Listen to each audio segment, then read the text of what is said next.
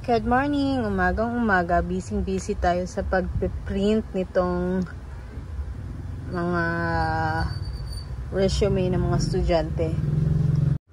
So yes, nagpiprint din po tayo. Meron tayong printer. Ayan, may swak pa dito nakalagay. Sumasideline din tayo ng printing para naman nagagamit itong computer natin.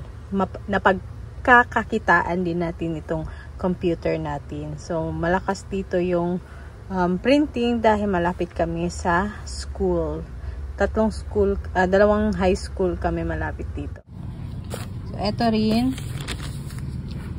Simula kahapon hanggang ngayon ay maraming nagbabayad ng kuryente.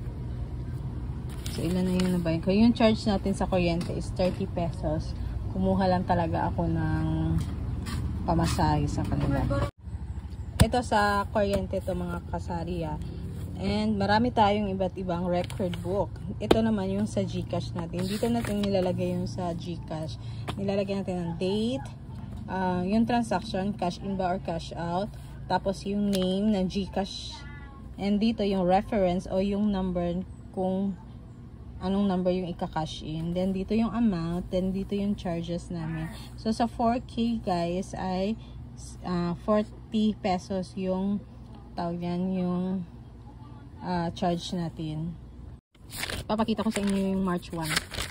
Kasi, grabe, sobrang laki ng kinita natin sa March 1. Kumita tayo, gain, net lang yan ha, guys, 1,825. So, sa 9,000, charge natin is 90 pesos. So, sinalin niya na yung charge. Yan. And, yan yung ano natin sa March 1. So, meron din tayong 10K. 100 pesos yung charge natin. Ayan, ilang pages tayo sa March 1. Yes.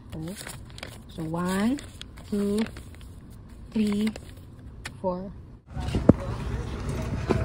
So, ito din, another logbook na naman to. Ito para sa load to siya, guys. Ito yung sa mga, nakalista dapat yung sa load natin. Dahil pag may nagreklamo na hindi pumasok yung load niya, at least makikita natin agad kung totoong nagpa-load talaga. O, ninunote din namin kung bakit hindi na-load. So, yan. So, dito sa likuran, ayan, may nag-extend sa atin. Ibig sabihin may gumamit ng computer. Sabi 2 daw. Manual lang ngayon dahil nasira yung server ng computer namin. So, 1220. So, double purpose na yan siya, guys. So, dito ko nilalagay yung kita ko sa aking internet cafe. Minsan nakakalimutan. Swerte na kung hindi makalimutan kasi makikita talaga natin kung magkano na yung kinita natin sa ating internet cafe. So, yan guys. Dito na lang muna ang ating vlog for today. So, thank you for watching. Have a nice day. Don't forget to like, guys, share, and subscribe.